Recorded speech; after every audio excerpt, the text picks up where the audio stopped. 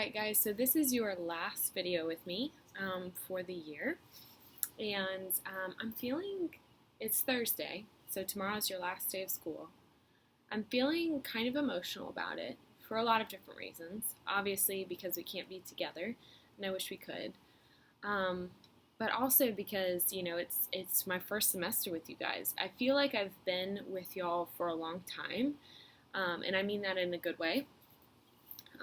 I feel like I've just been a part of the Cathedral family for forever, and it was like there was a spot that was saved for me, and I got to just come and sit in my spot. So part of the reason for that is obviously the amazing administration that we have and leadership that we have, but that's also because of you guys. Y'all are amazing students, each and every one of you, and I am just so honored and proud to get to be your teacher.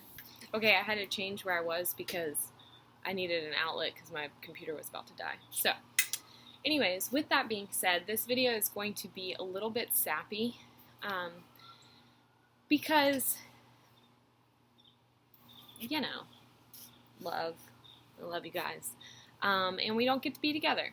And so this is everything that I would say if we were having a class party and I would give you cupcakes that I made and just tell each and every one of you what I love about each of you, but we can't do that. So what I'm going to do is I'm going to share with you why I'm at Cathedral in the first place, how I got there, and I'll give you the very abbreviated version of that story because it's actually a pretty miraculous story. And then the second half of this video is going to be what I love about your class in particular, because I really truly love you guys equally and uniquely. You all bring something special and something different to my life that I absolutely love. So let me start by saying God totally radically sent me to Cathedral without me even like mentally prepared that was going to happen.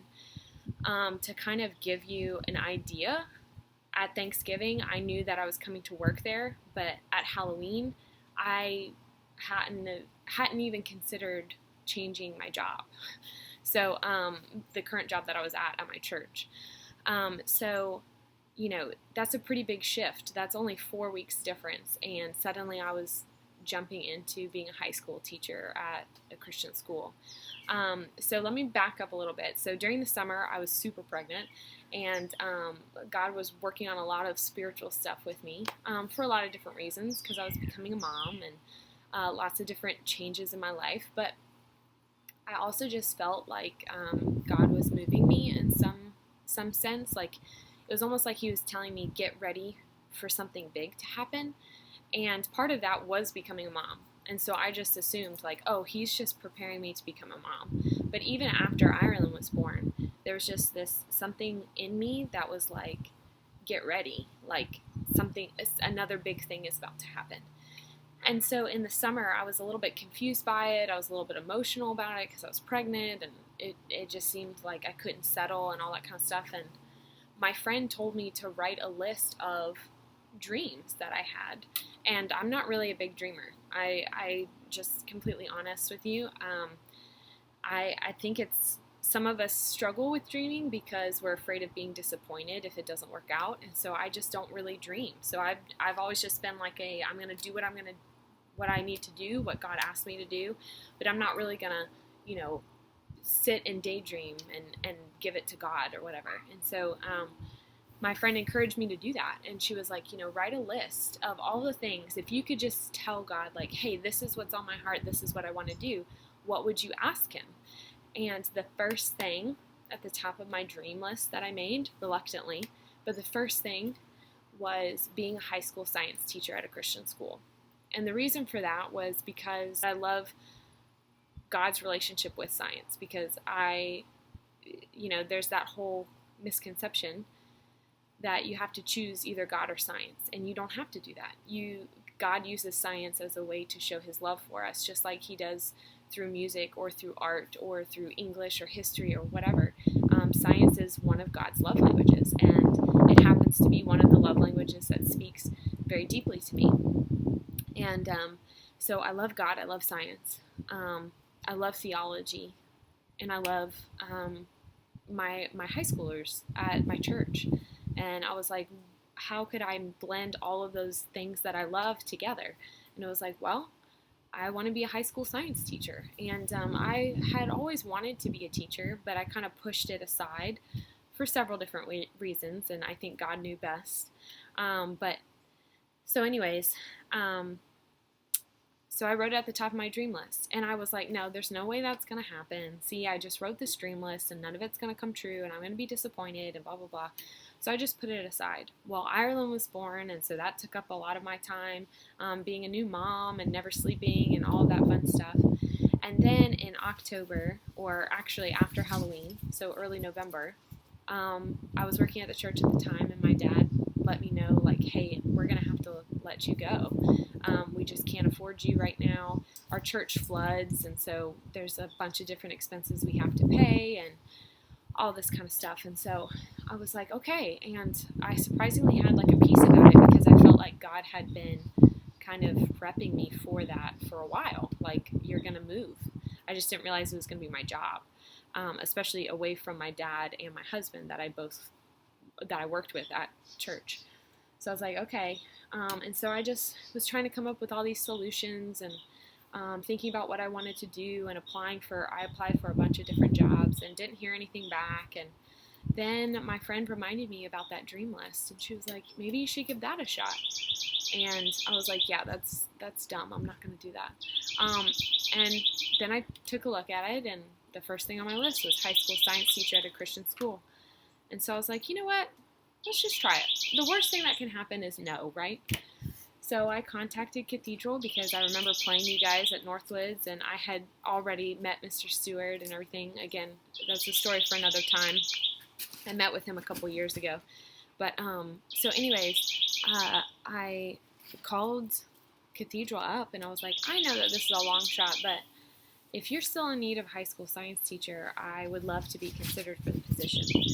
And I think it was like 2 days later, I was sitting there with Mr. Stewart and Dr. Schultz, because Dr. Schultz, he has his ministry that he does so amazingly, Kingdom Education, and he was like, I really am here until I felt like the right person came along to take it from me. And so it was like within an instant, suddenly I had this new job where I was going to be a high school science teacher. And so it was pretty crazy. And so obviously I started right after Thanksgiving, so it was really quick. And I didn't realize how much I was going to fall in love with it. I knew I was going to like it. Like, from the moment I walked in for my interview and meeting Dr. Schultz and meeting some of the faculty, I was like, I know I'm going to like it here. But I didn't know that I was going to like totally fall head over heels in love with it. And I remember sitting in the back and observing all of the classes, and you guys thought I was a weirdo, and I'm sorry about that. But I just remember thinking, like, this is exactly where I'm supposed to be right now. And so anyways, then when Dr. Schultz officially left and I took over, it was just like I just kept falling more and more in love with the school and with you guys and just everything that God was doing there, from chapel to the play to lunch to you guys messing around in the hallway, like all of it. I just loved every single aspect of it. And so obviously I was so sad when we had to go into quarantine because I felt like I'm missing face-to-face time with you guys when I didn't get a whole lot of face-to-face time in the first place, But so anyways, all that to say is I want y'all to know how much I prayed about this job and how long I've waited to do what it is I do. People ask, like, what is your dream job, like on those Instagram things? And honestly, I am living my dream job. And as sappy as that might sound, and as corny as that might sound, and as awkward as that might make you feel, you guys are part of the reason why my dream came true, because y'all are so wonderful, and I love each and every one of you. You make my job so much fun, and I just love you guys. So on that note, I'm going to tell you a little bit about what I love about each of your classes. So, okay, biology. So, my wonderful, wonderful biology class. So, I have to tell you, biology is my favorite subject. It's what I studied in college, so I knew that I was going to love teaching it. But you guys made it even more fun. Now, you're my rowdy group, but I don't mind rowdy. Now, sometimes, obviously, we had to bring it in. But I loved having you guys. Y'all were so much fun. Y'all made me laugh. I think the most common memory that was talked about at the end of your test for that extra credit question was Will and Carter getting up and washing their hands, and I was cracking up laughing reading about that. A couple other ones was when I brought out that ball and that shock ball, and we played with that. I just had such a fun time teaching your class. Y'all are just awesome, and I loved our circle where, remember, we talked about Down syndrome, and we talked about abortion, and we talked about naming our plant and arguing over that, and y'all are just a really good group. Y'all have so much passion and so much silliness, and I love it so much, and I cannot wait for next year with you guys. Y'all are just a ball of fun. Like, y'all are just